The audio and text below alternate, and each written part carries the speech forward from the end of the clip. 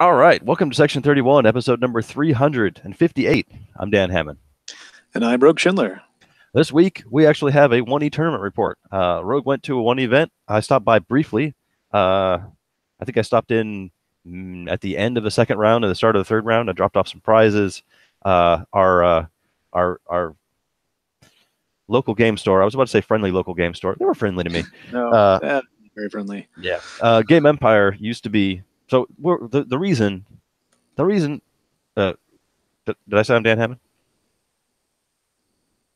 I believe so. Yeah, okay. yeah.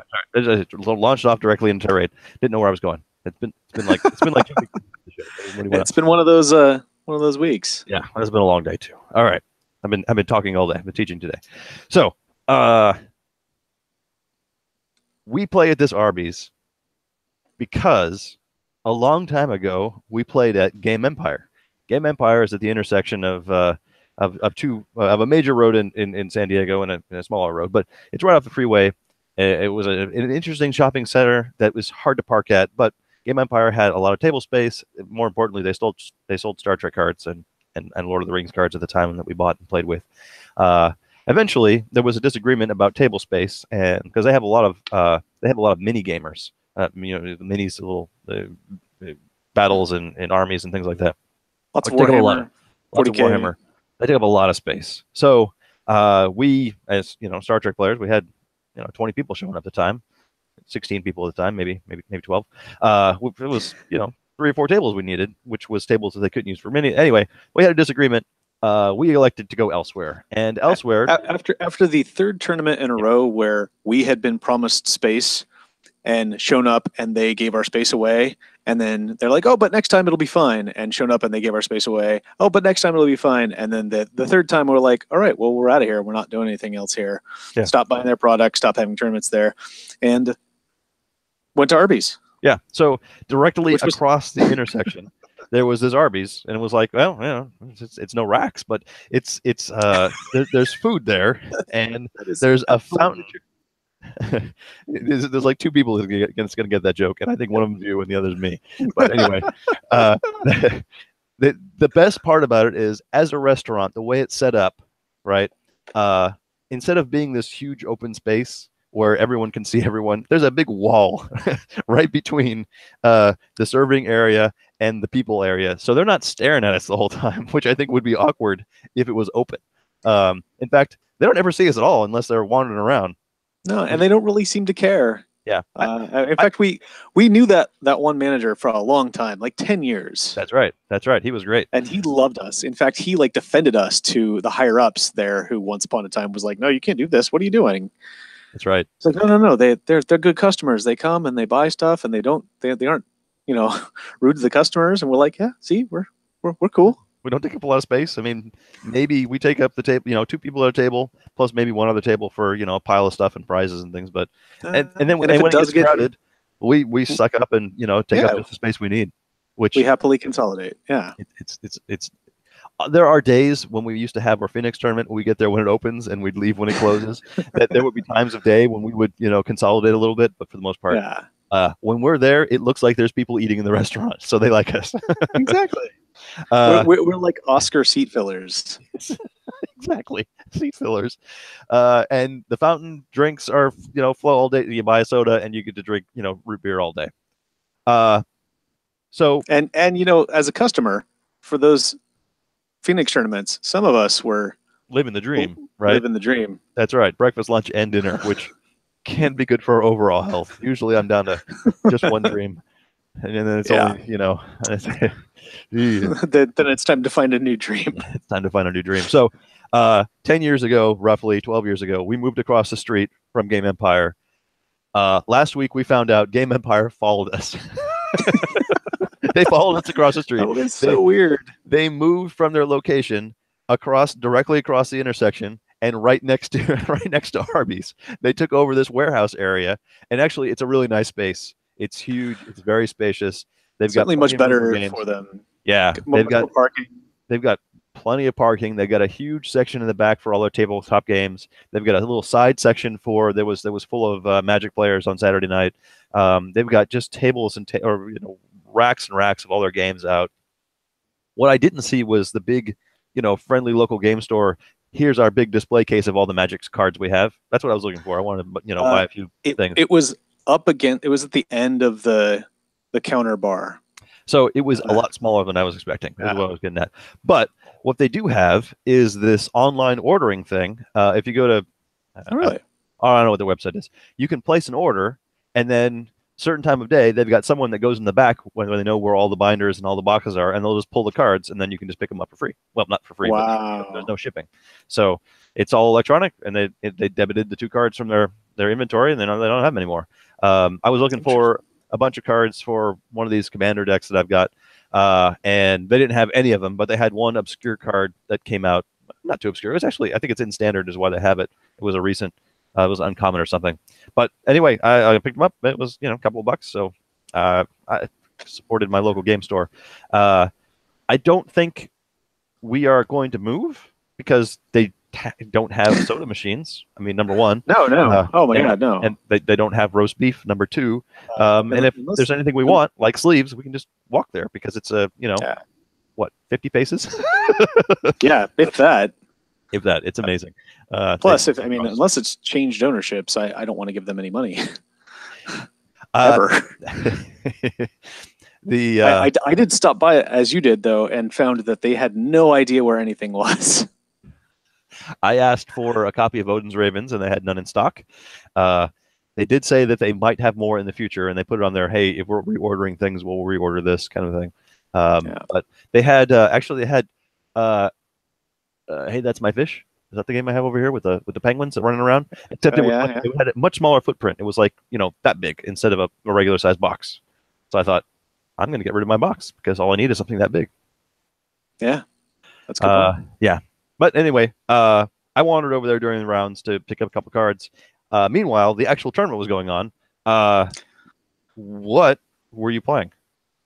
It was a weird day. Overall, I'm told for stuff that was played.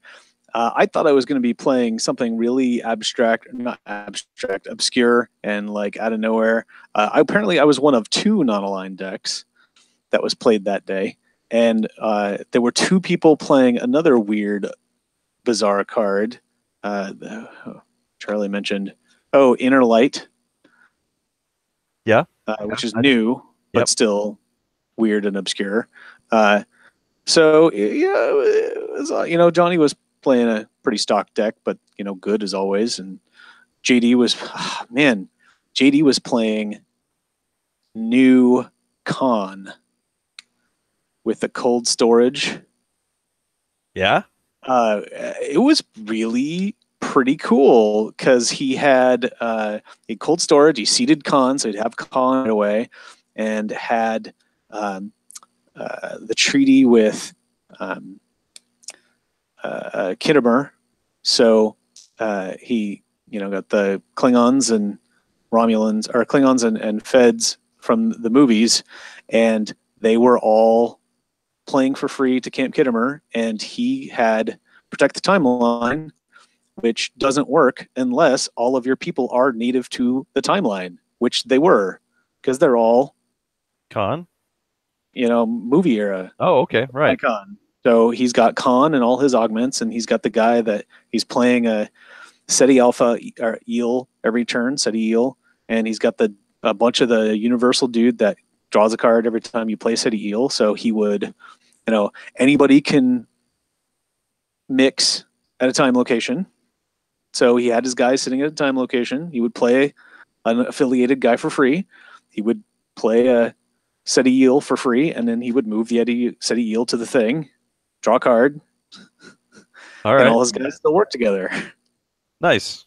So that was cool, and that was a neat addition. And luckily, his Kittimer was at the very end of the space line, and my main mission was at the very end of the other end of the space line. So I never had to actually face the horror of him trying to take my people, which is good because that's Con's not fun. If that is what Con does. But it was cool that he was doing it in a non-immediately negative play experience way.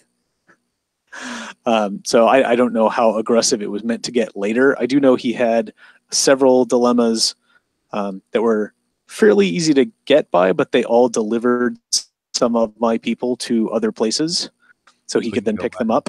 Sure. So that was cool. That was funny when I hit a love interest and it went to the literal other end of the space line, which was his planet. Nice. Yeah.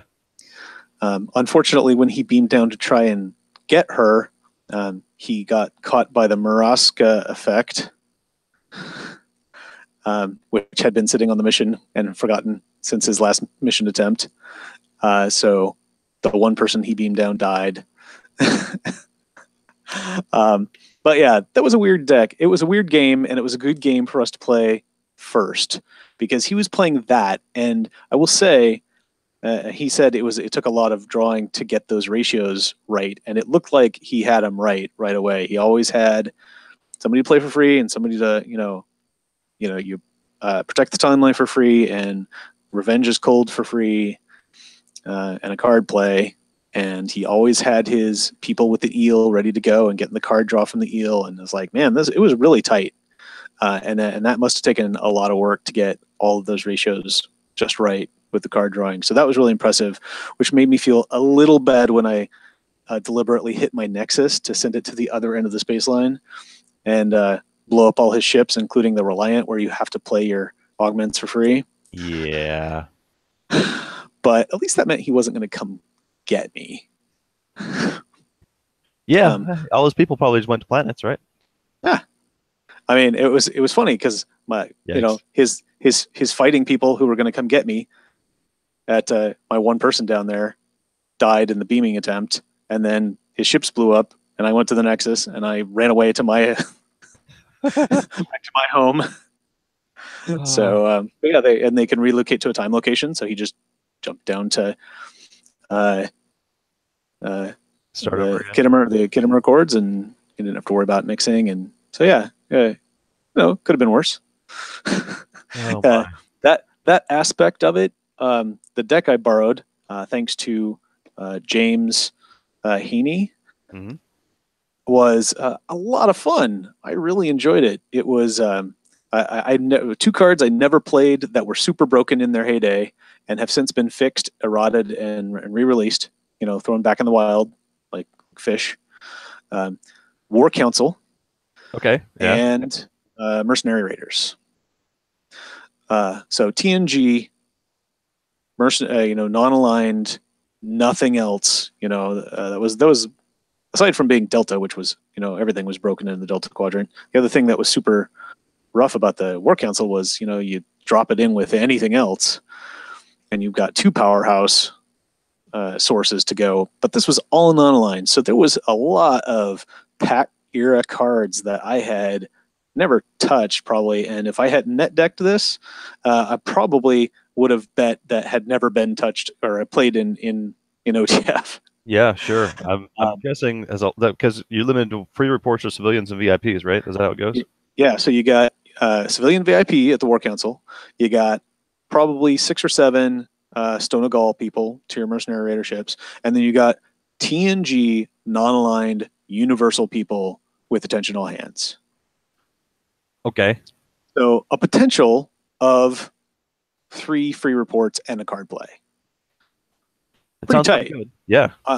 I had a really good, I had a nice conversation with James in advance, asking him a few clarification questions and some suggestions based on his tournament play with it, and made a few modifications. He said he never had problems drawing cards. My test draws were like, I would get 3 hands in and have an empty hand. So I was like, give me more cards. And I went back and forth. He had played with Let's See What's Out There, TNG, classic draw engine, but I guess 2 of his opponents had other quadrant decks, which made those kind of dead. Yeah. Turned out that would not have been an issue for me, but they did make me bulk. So I kind of mixed it up. I threw in like one of those, and I guess he said he had trouble getting enough treachery together, which blew my mind because there's 10 in the deck, and you have to have 4 to play for War Council as a draw engine. Yeah, as a draw engine. It's only 3 cards, but at least you're more likely to have it. I couldn't decide in the end, so I mixed it up. I threw in 2 war councils, a surprise party, 1 let's see what's out there, 2 handshakes, and it did the trick. I always, I didn't get a single hand draw against Charlie. I had to go straight with and duck blind. This is a lot harder than it sounds like it should be. There's a lot of anthro on the deck, but there's no way to get it. You can security download 1 anthro.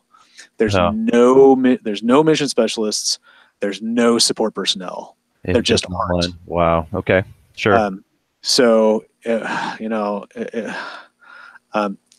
like later, I was like, oh, maybe I could, Quark's rod somebody, or like just trying to think of any way to get an anthro out. But yeah, it was just dig. But that was really good. I sorted it out. It was like 11 reports, 7 reports, and like that's a pretty good balance. Being me, I couldn't resist adding a few cards. A couple of them were game breakers. I was really happy I added them, including this new guy. I'll give you $5 for it. Yeah. Which with I've always been concerned about his text, but with a war council, he's a VIP not a line. He's cunning 10 instead of cunning 8, which always makes him the most cunning greed around, which was awesome to have the 5 points, and made a heartbreaking card draw in my last turn of my last game of the tournament against Johnny, when I was sitting at a true tie and trying to find some way of attempting into the mission or scoring some more points. And I played my card play to get the last skill I needed and drew a card with continuing mission. And there he was, the guy I needed. And I could only play him with that or the War Council, which I had already used. So I could not break the true tie. But nonetheless, he was an AU guy, which was tough to come by and important for the doorway. Yeah. Quantum incursions, yeah. Quantum incursions. And 5 points was nice to get right away. That helped me just squeak by dead end in my first game, so I could complete a mission, a second mission, before timing out against JD. So that was fun. Maruk, great to have a Chancellor around. And I used the mission. The mission? Perfect. Yeah. Never needed her, but that was a bank mission, man. Leadership and security and treachery, or her. Awesome. The other thing I was hoping to do, aside from scoring points with Frederick Lurk, was nullify a male love interest with Kareen. Never got to do that, sadly, but her civilian youth got me past a dilemma, and her being with Ira Graves got me a bio, because he gains bio and treachery if he's with her. And so that got me a bio to get past medical crisis, and it gave me a treachery in the first time I tried to play War Council and only had 3. Kalendra is a nurse, also helped me with medical crisis. Nick Locarno, signed, free civilian. 2 navigation, helped me get past quantum incursions. Yeah, just like all these bizarre cards. Maquis never came up, but he was there. I had him. I never got the empathy scan up, but that was awesome too. And then the other guy I have never played, but certainly some people have, was Soren. Had the mission in there with the observatory. I never got to do it, but James was telling me at one point he had the Nexus come down, and you want to get some points if you have them there. But if you're more inclined to just terrorize your opponent, you can fly him over to the observatory, and before it gets quite to the end of the space line and goes away, you just have it turn right back around and run right back down your opponent's side of the space line again. That would certainly be unexpected. I think I remember as I was leaving, you and Johnny were having, okay. No, actually, I think that was a Borg ship, now that I think about it. Yes. It was okay. What's going to happen this turn, and then it's going to go over here, and then on my turn, and your turn, and my turn, and your turn. Yeah. But I can imagine the same conversation with the Nexus. Okay, on the end of your turn, it's going to go here, and my turn is going to go here, and then if you pop them in the observatory, you just change directions and throw all that off. Yeah. Nice. And that was the bizarre end of the deck for me, because part of the reason one of the things I really like about 1E is setting up the mousetrap and standing back and letting it go. And that's the dilemma side. I like to finally hone my combos and get them into, little groups and, throw them out there and okay, hands off. I don't have to worry about that for the rest of the game. I'm going to do my thing. And this was not a set of dilemmas for that. In fact, one of the rare decks I found online that actually spelled out the combos for their dilemmas, because they were very specifically crafted for space line control and annoyance and getting things in the right places. There was a whale probe and a Borg ship and 2 Cytherians, which were really well placed. Some subspace seaweed to make it really slow, so you could actually put those in the middle of the space line. I had them 1 slot off from the middle of the space line, going your direction. So the Borg ship would come this way, but only have to go half his way to get there to you, and then hit the Cytherian. So you're going towards it. The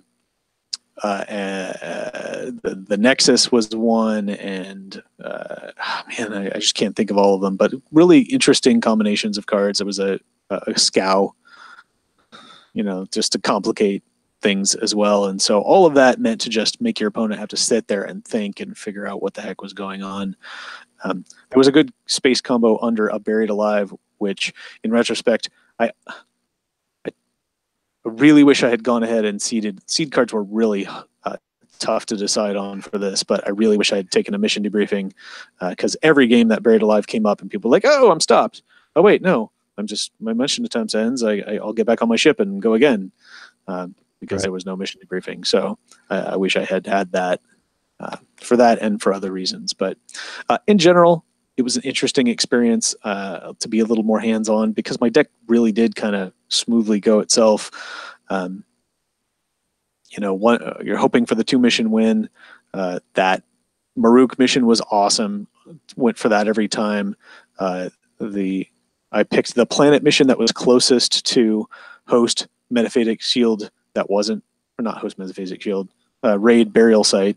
Yeah. Because, hoping that, the raid burial site always draws the dead end. So I didn't want to put the artifact there. And then, of course, Charlie put his dead end at the nearby planet where I was planning to go. But then he also completely left Quailor 2 Rendezvous empty. Because he apparently did not believe that I was going to go do it. Apparently, he was so haunted by a game he had against Matt years ago. Where all his people got sent there to be in station? All his people got sent OCD magic carpet righted over to Quailor 2 Rendezvous to be stuck in stasis and never again seen. That he was like, nope, I don't believe you're doing that. I'm going to focus all my dilemmas on other stuff. So I was like, all right. I hadn't even noticed. He had to tell me 5 times. There's nothing there. There's nothing there. Nothing there. Nothing there. Did anybody? Oh, there's nothing. Wait, there's nothing here. I didn't even. I would have put my stuff there. I told you there was nothing there. All right. Your stuff is there now. So, JD and Matt were both playing non-aligned. Did you play? You played JD, but he was too far away. Play against Matt? Yeah. Did he try to steal? Did anybody steal your mission? Not play against Matt. Okay. No. Although here he came by. He's like, man, it's a really good thing we didn't play each other, because we had 3 duplicated missions and we were trying to do all the same things. And I was like, no, we're not. You can't glance at my deck and think we're doing the same thing. But he was doing other pack stuff. Yeah. Davidian Door and random stuff.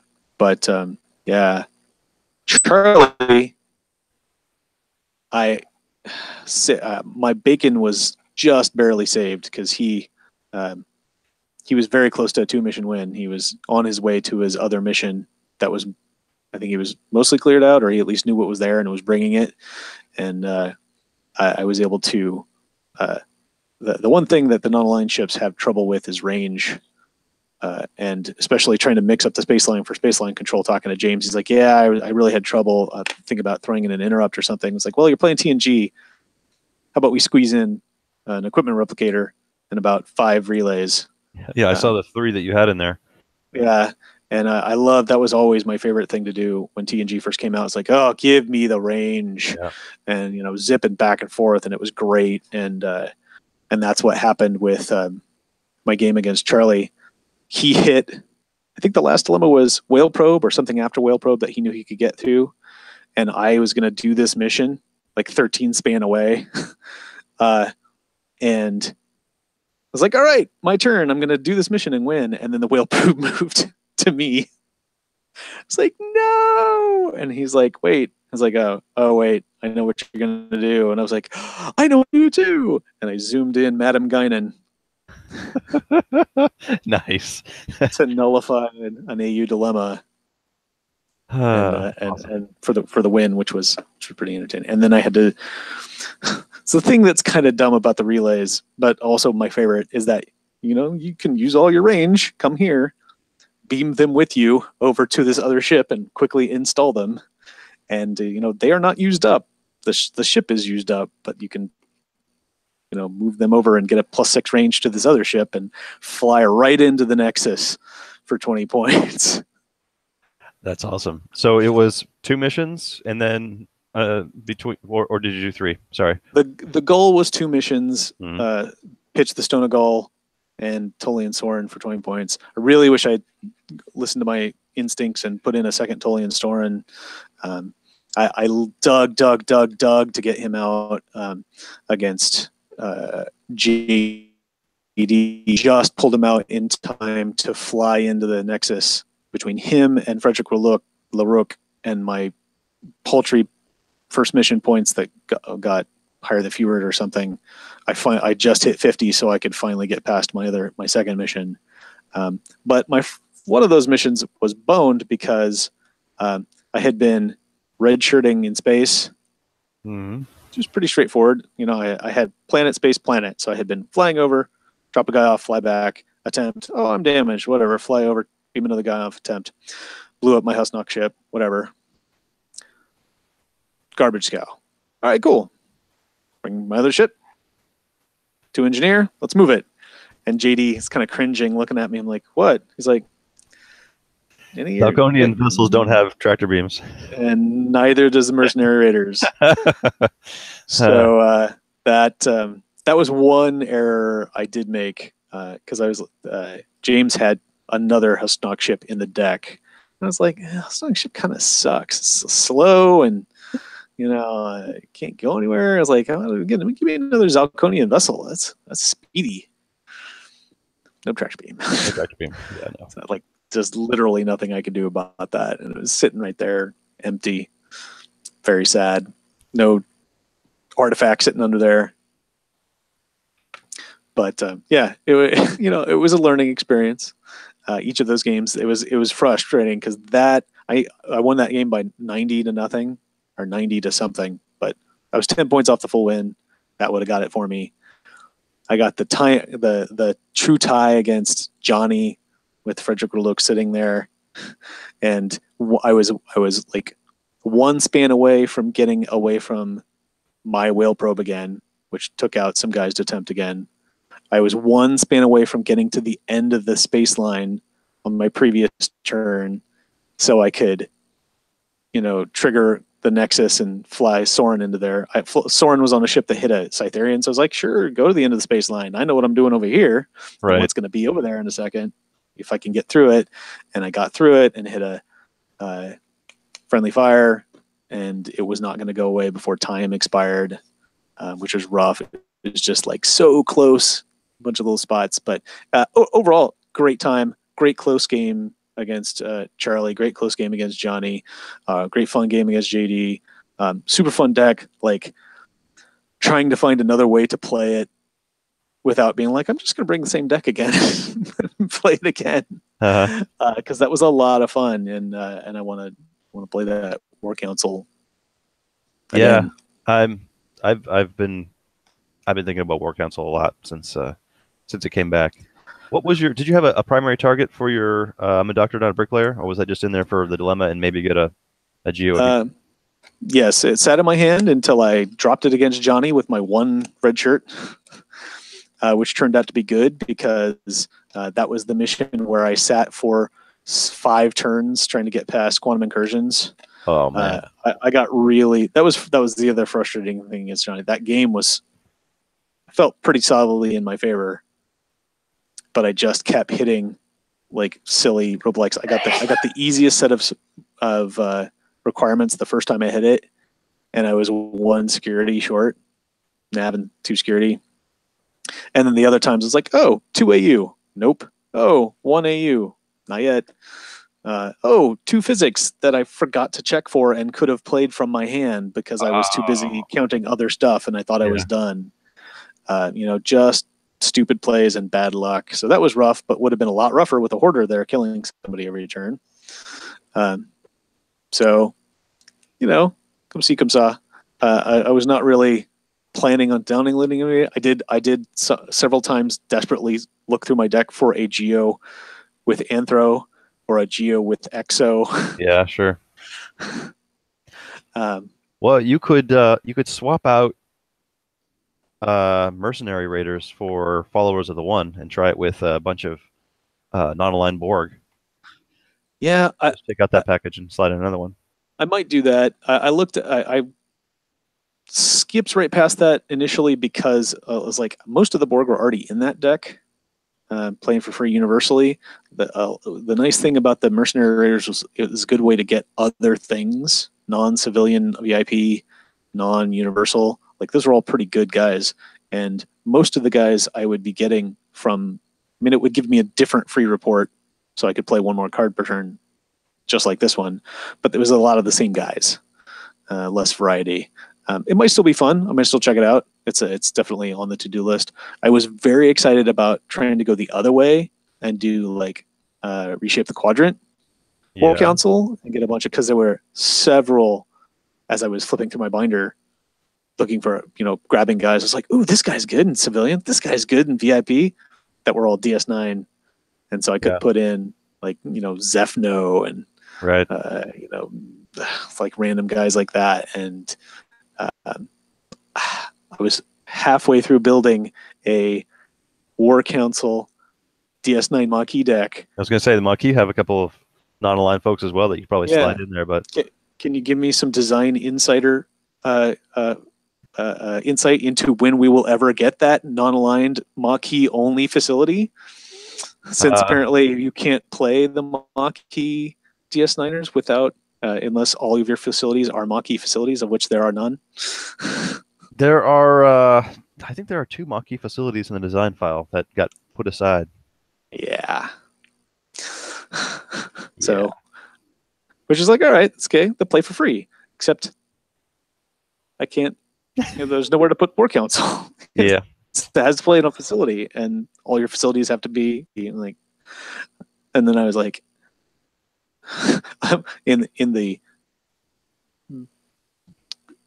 punch drunkiest moments of near sleep, thinking about it as I was drifting off. It's like, what if I take my Maquis and I take over Empok Nor? Doesn't it become Maquis? It's like, no, then it becomes non-aligned. And it's the Nor, so you can't play a VIP, or you can't play War Council on it anyway, because it's not Colony and not a Nor. Yeah. How about you seed the War Council, you play a few people for free, and then somehow you blow it up. So you can play people for free now. No? I almost made that mistake in this tournament. I was like, all right, cool. I saw my mission. I got my Stone of Gaul. I blow up my thing and score 15 points. I was like, oh, this is, it's not blow up the Stone of Gaul. It's blow up the free report engine. This is the engine, but then I can't report. Why would I do that? It's like, oh yeah, you got to sit with it, like, and hope you don't get. You don't sell the artifact until the end of the episode. Yes. That's resolution. You get paid at the end. You sell it beforehand. There's going to be other dilemmas. There's going to be other plot twists. You got to wait till I was like nervous the whole time. Like somebody's going to do something that like discards stuff. I was like, oh, it's Is it susceptible to disruptor overload or something? No, but like it makes you discard a card from hand, or Yeah. Okay. I was very like aware of my hand size the whole time. I was like, I'm not going to get jugglered. Yeah. Well, it sounds like you had a great time. Undefeated and still third place. I see that now because Johnny, TV, and Rogue all got 9 victory points. Yeah. If I had gotten that full win, or if I had gotten not a true tie against Johnny, I would have eked it out. But yeah, Johnny had just a little more strength of schedule, and TV even tied strength of schedule, and we had to go to differential. Yeah, I see that. Which is not helpful with the true tie. Right. So we've got 0. All right. Well, it sounded like a good day. Did you guys just? I had brought my triples deck, but I couldn't stay for the end. Did you play triples, or was it? I think there was a hard out for at least a few people. Yeah, I was one of them. I wasn't sure about how long it was going to take, or if we were going to, if we had plans after the tournament. So I wanted to book out, and it was kind of a long day anyway. So I think several people were booking out, and I think JD even forgot to bring triples. Not that that's usually an issue, but we were all pretty much, it was nice to have 6 people play 3 full rounds of 1E, but it's also nice to go home. And it was like driving rain. So I think it's good we left when we did, so we could get home, because it was pouring by the time I got home. But good day nonetheless, and appreciated the prize drive. And have you come hang out and give peanut gallery comments. And for those of you who have been waiting, I spent my time there making 12 more sets of tournament promos. So they went up on the promenade. I sent out another 41 orders today. Nice. Yeah. So the boxes are gone. I have a few left. And hey, John Andrews, if you're listening, you don't live here anymore. So I need a real address. So send me a PM. I got a return to sender for your thank you cards. Ooh. Anyway, that's not the first. Also, I sent out PMs to a lot of folks who didn't have addresses in the system. This happens pretty much every year. The thank you cards, the volunteer thank you cards, go out to everyone who has volunteered, and not everyone who has volunteered is not necessarily an active member of the community, so they don't always put their address in. So I've got a bunch of blanks. So I will wait another month and put them in April's raffle, or the next raffle that should be coming up soon. But yeah, it was fun. I got to crack open a new box of cards. Which, when's the last time you opened a box of cards? Yeah. It was a box of Trouble with Triple starters. But still, I got to break the seal. That Decipher wrap on the outside, and open up a pack and crack it open and realize that all the cards are the same, and just start pasting things on top of them. Every time I'm at a con, and I get that annual box of boosters, for backs, and I'm like, I don't miss the drastic financial drain of CCGs, and I don't miss the sorting and the collecting. Well, the collecting a little bit, but the sorting and the filing and everything. But man, I really miss opening the fresh packs. And it's nothing I need. I know I'm gonna get a bunch of duplicate cards, but it's still really fun to break open a new box, or even a stack of packs. I know you're not terribly excited, but Charlie's excited. Matt's excited. There's a new Magic set coming out. There's a big reprint set. I actually ordered a box so we can add it to our Pack Wars games. So it should be here in a couple of days. I'm excited for that one card. That one card is a spoiled card from the set after this one. Oh, garbage. Garbage. Give you the next 2. Yeah. All right. Then let's actually, before we go on, I don't know if there's anything else to talk about. We don't have any spoilers, but the next 2E set has begun being spoiled. So there was a card that went up at 9 o'clock that was kind of interesting. But I've also continued to be playing, as you were playing your Star Trek Timelines, I've been playing Adversaries. Yes, I did finally, actually, last week when we did not record, install that and play a couple of hands. It was pretty cool. It was very pretty. It's very pretty. somehow is not as pretty as Hearthstone for some reason, because Hearthstone has been just so polished, and this is still, preview. But this has that Star Trek feel. You've got panels everywhere. You got floating icons and things. The ships are all beautiful 3D models. And the sound in the background, you get that little ping on the bridge. Yeah. The ambient noise. The continuing committee has a fleet now. If you want to join, send a note to OK Coyote on the boards, and he'll send you an invite. I am now one of 2 people in the continuing committee fleet, so I will be dragging down the average. Yeah, there's nothing to do yet. There's apparently there's a button for missions. I really should pay attention to what I'm doing here, and I don't know, maybe share my screen or something because I've got it open. Can I do that? No. Can I ask you a question about it? Yeah, go ahead. I was very disappointed in one aspect because it's very pretty. You get to sit there and you stare at this really cool ship that's threatening to blow you away the whole time, and you're trying to play little bitty ships to try to beat it up. But there's a great deal of a particular resource that costs you to pick a new flagship. Yes. Put your stuff on the left. And I finally, you start with enough to get basically one cool one if you want. And I finally made my decision to pick Discovery over the Defiant, just to go with something new. And then, it affects the base cards that you get to play with, because they each comes with their flavor card. Yeah. Yep. But I don't get to see my ship the whole damn time. That's right. When you play, it's your perspective, so you don't get to actually see it. That's so like, what the hell? What is the point in getting my coolest looking ship if I never get to see it? That was my biggest gripe about playing it. I liked the mechanics. I liked the graphics that went along with the mechanics, but I was like, I was like, ooh, I'm gonna build a new deck and I'm gonna get this cool ship that I like and put stuff together, and then I never got to, to paraphrase a friend of mine playing World of Warcraft. If I'm going to have to watch an avatar run around and stare at its ass all day and all night while I'm playing it, I'm going to make it look as cool as possible. And I never got to get a ship to stare at the whole time. Yeah, that's an excellent point.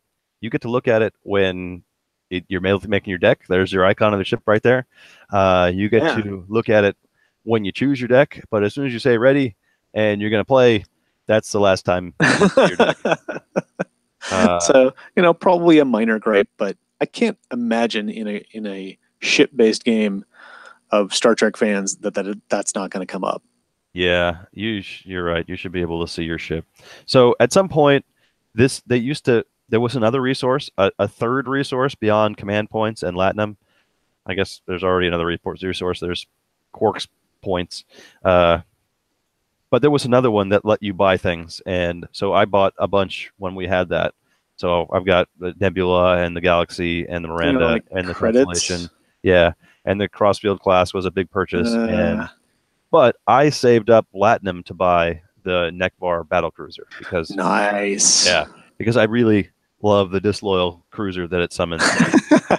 you summon this thing and it shoots you basically every turn. It's a 4/2, but it shoots you 1 damage every turn. But when you play it, one of their core cards is this awesome.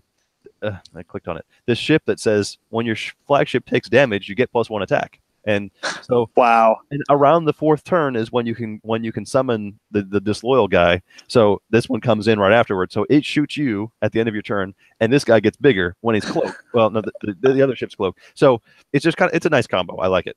And there's this restore 5 points to your flagship. So that's funny. I've been enjoying it. Oh, well, I should go back to this again because then you can see just how terrible I am. Yeah, 2 and 18. Oh, that's rough. Oh, that's rough. I mean, this list is cake. I've beaten all these people, no problem. In Quarks, I've gotten 10 wins before I got my 3rd loss. Easy. I bought all 3 of these by smacking down the Queen. But man, I can't beat people. People are better than stupid AIs, that's for sure. Yeah, that was my gripe about Hearthstone for a long time. Like I could beat the AI to crap, and then I'd go out in a regular play and just get. I'd be like, maybe 1 out of 10 or 12 games, Yeah.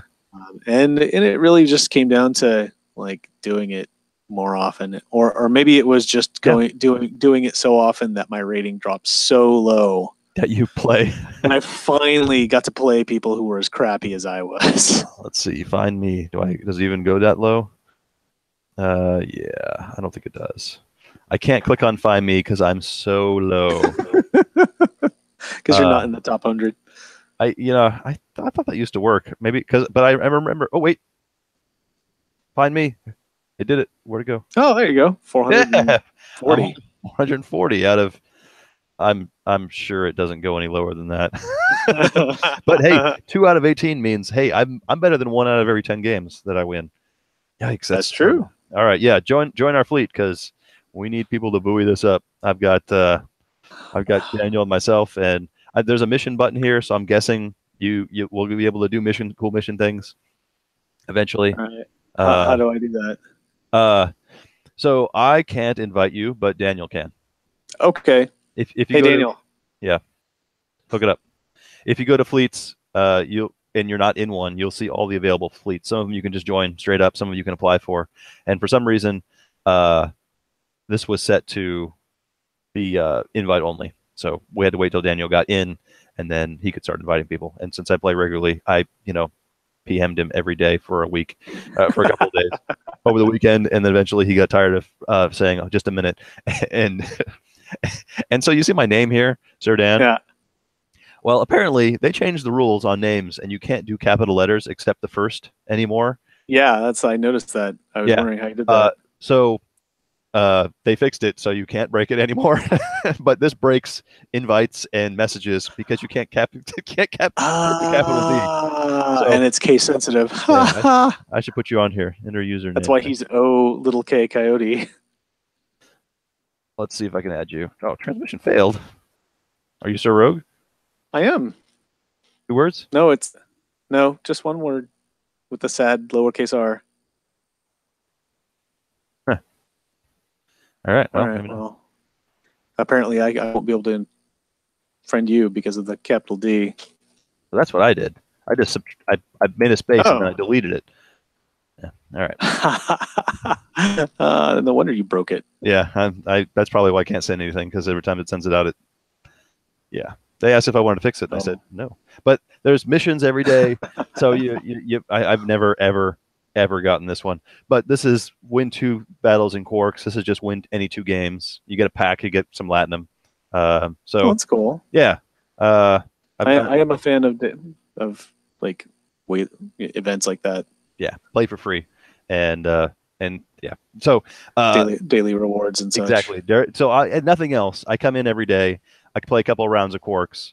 I get my free pack, and then I go. And if you play Quarks, you do have to get to 6 points, which is usually 5 or 6 wins, and then you get a ticket. So you get your ticket back. Oh, cool. So eventually, if you get good enough at doing that little 3-card draft, you get a ticket.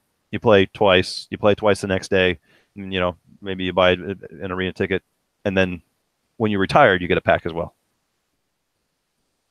So I've been buying packs because I want all the things. Right. And there are things that I don't have, and I want all the things. But if you just once this turns normal and Quarks tickets aren't free anymore, you can just as long as you win four games, or 6 games, you're good to go. So anyway, been having a good time. Send a note to OK Coyote. He'll add you to the list. I have a random question while you're on that. Oh, yeah. Oh well, that's fine. I was entertained at the scrub array of user profile images available. Yeah. And okay, it does. I was going to say, does it unlock others? You have to get those cards or those ships to get others. Maybe that's why I have. That looks to be the case because this is these is way more interesting. Yeah. Yeah. Yeah. Yeah. So I must have randomly opened up gotten a Admiral, a Romulan. There aren't too many Romulans, tell you that. Yeah. Well, it looks like it's just those two factions right now. Yeah, but yeah, you can be sure most of my decks have at least one Daredix in it. And The that's Rogue yours. Daredix. I even That's got mine. Yeah. That was like the first thing I put in. Yeah, dude, so good. Oh. Some of these ships are just ridiculous. I mean, oh, that's changed. I think that used to be 2 damage to all ships, but then it turned just pew pew pew pew pew pew. Man. All right. Chronoswan. Cool. Well, I'll have to check that out a little bit more. Maybe this week.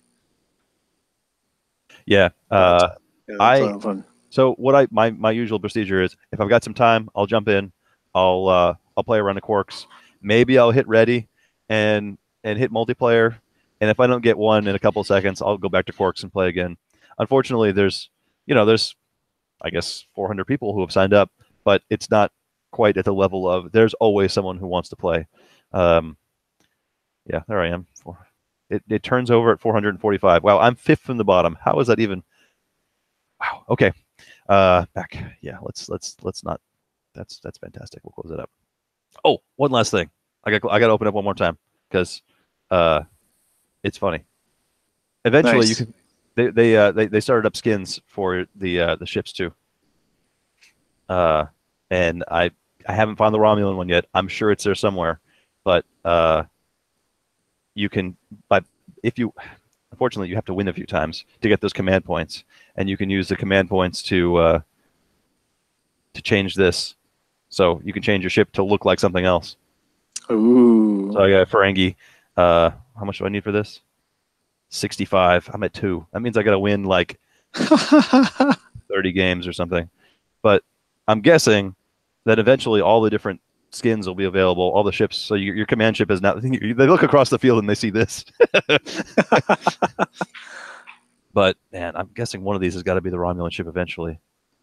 See, again, that's like super cool. But you never see it. And I never get to see it. Yeah. That's weird. Yeah. I like the cannons on the back of the Nausicaan Raider. That's just weird. Yeah. These are super detailed. I wonder. I mean, man, they clearly did their homework and found that's a cool array of cannons. I mean, were the models in the show this detailed? I mean, I'm sure that there's enough pictures of the Reliant to make sure so everyone knows this is exactly what it looks like. But what else is there? Really? Oberth. Yeah, an Oberth class. That's a lot of detail. Maybe they've been picked over, and there's been enough. But maybe the Klingon ships. God, there's so much detail on these. I'm surprised that there are this many different Klingon ships, but they did pull a lot from Discovery, which is nice. Nice to have the current. Yeah. Stuff yeah, available. it's like I saw Sarek show up, and it wasn't old school Sarek. It was new school Sarek. This is Romulan. I know it. I can feel it. I'm gonna find it, and then I'm gonna have to earn enough to be that one. Maybe it'll be this one, this missing one I need here. Yeah. All right, I'll close this up one final time. All right. Very good. So yeah, have a game of that. Join a fleet. I'm sure fleets are going to be cool eventually. And it'll be important that we have a big fleet. And there's a lot of CC players, I'm sure, that are going to be playing. So, yeah, get some fleet-only rewards. Yeah. Cool. That sounds good. I'll have to, once again, contact Daniel, who is apparently the spearhead of the other Star Trek gaming things. He's the admiral for timelines, too. Like, he put together our fleet for that. So that's pretty funny. But I'll have to check that out. Cool. Right on. We have a TUI event coming up a week from Sunday. No, this Sunday. Yeah, this Sunday.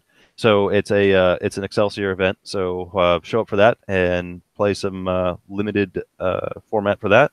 And I think that's it. Do we have anything else we want to talk about? That sounds it for me. I'm gonna go see if I can figure out how to play a new War Council DS9 deck, or maybe just no logo, just go weapons free, all Sure. online, Just go across the board. Council, all Maquis. It's only 2 reports, but still, it's a lot of options. There's got to be some other random reporting engine you could play. Something else out there where you can just drop. Baku. That's a lot of non-aligned. Yeah. Most of the civilians anyway, right? Yeah. Yeah. But yeah, if I'm not playing continuing mission, I can open up those. Yeah, I was like play Sona. Yeah. Anij and Sona, and be pretty cool. If nothing else, that would be another mission to for the opponent to put their dead end, you know? Yeah. just lure all the. It's like, look at all these crappy missions that you want to put your dead end in front of. Right. All right, brilliant. Then we will chat again next week, right? Sounds good. Perfect. All right. That's all the intelligence we have for this week. Hopefully you can come out to a 2 event if you are in town. Otherwise, I am Sir Rogue. And I am Sir Dan. And I will remind you all to expand your fleet activity in the universe. And I will visit Quark Stand.